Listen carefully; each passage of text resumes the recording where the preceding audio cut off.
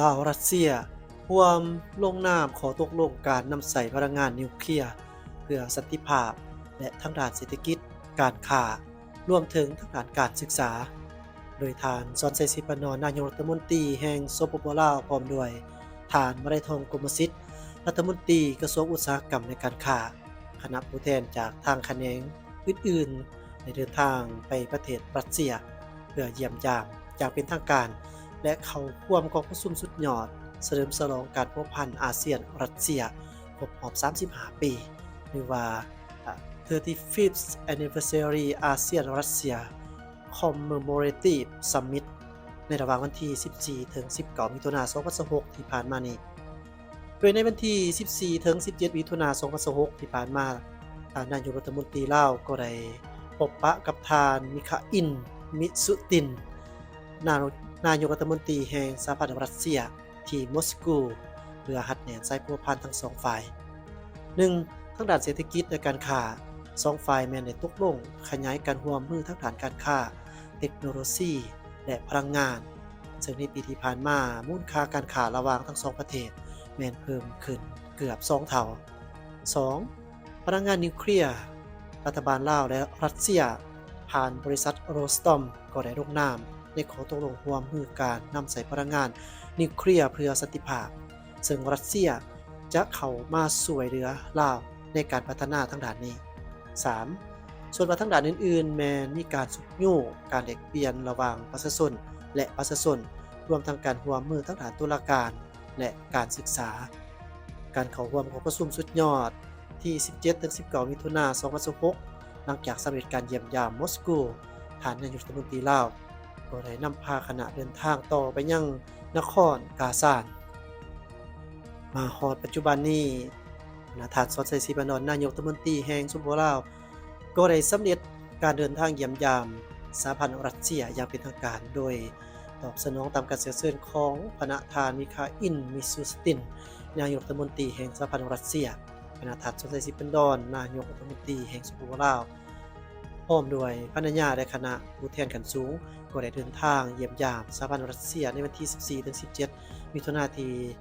นครหลวงมอสโกซึ่งเป็นการเยี่ยมยามชาวรัสเซียครั้งที่1ของพระนายกรัฐมนตรีแห่งสปปลาวภายหลังได้ดำรงตำแหน่งเป็นนายกรัฐมนตรีแห่งสปปลาว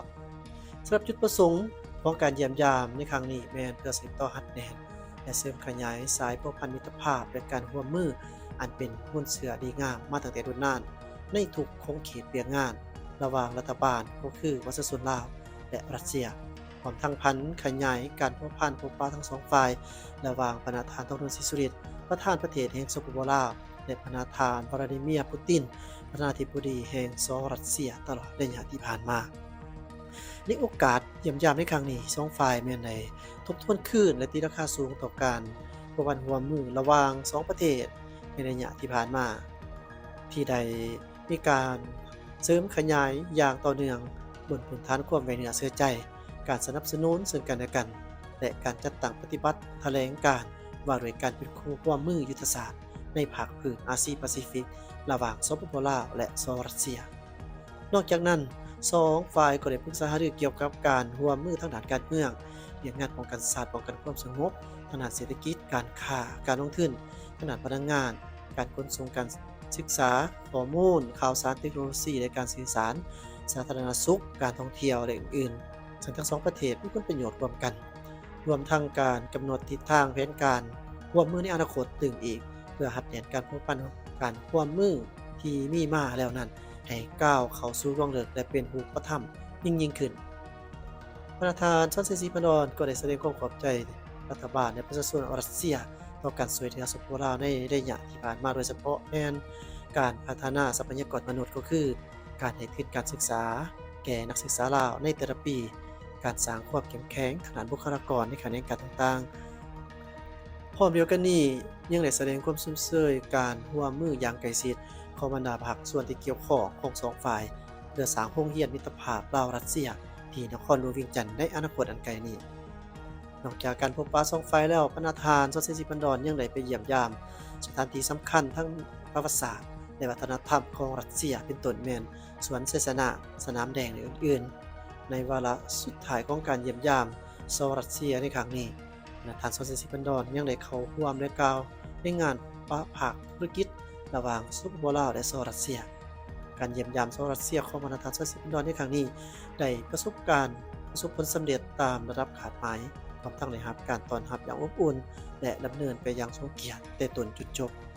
พร้อมกันนั้นการเดินทางเยี่ยมยามชาวรัสเซียในครั้งนี้ยังได้ประกอบส่วนสำคัญเข้าในการเพิ่มพูนคุณสร้างและเสริมขยายสายพันธมิตรภาพที่เป็นหุ้นเสื่อมาตั้งแต่นานระหว่าง2รัฐบาลและประชาชนทั้งสองชาติสปปลาวและชาวรัสเซียให้นับ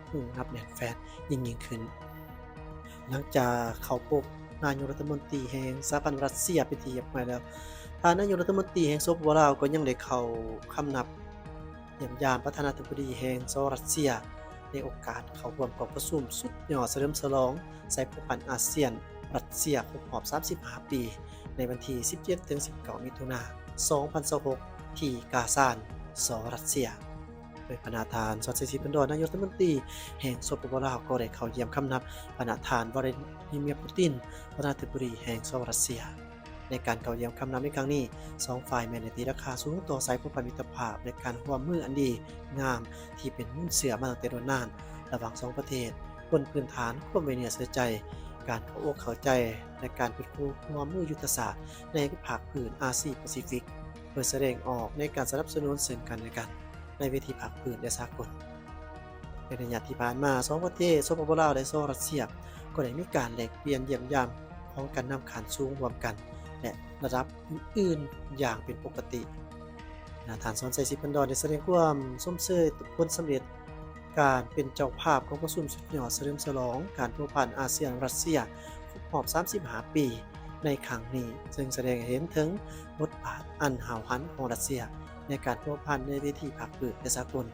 การเข้าร่วมของสปปลาวแมนพันธะอันสำคัญสำหรับการสนับสนุนการพัวพันอาเซียนรัสเซียซึ่งรัสเซียก็เป็นหนึ่งในบรรดาผู้ร่วมเจรจาที่สำคัญของอาเซียนสปปลาวยามใดก็เอาใจใส่ในการจัดตั้งปฏิบัตินโยบายการร่วมมือแบบเสมอต้นเสมอปลายโดยเฉพาะแมนระหว่างสปปลาวและสหรัสเซียแม้นมีการสนับสนุนซึ่งกันและกันในเวทีภาคพื้นและสากลขอขอบใจข้อมูลข่าวจากทางกระทรวงการต่างประเทศแห่งสปปลาวสบายดีเมื่อทานมาเวียงมาลาวคิดอยากไปเที่ยวคิดอยากไปเวียงของทานคิดหากินน้อย Channel 020 54 6246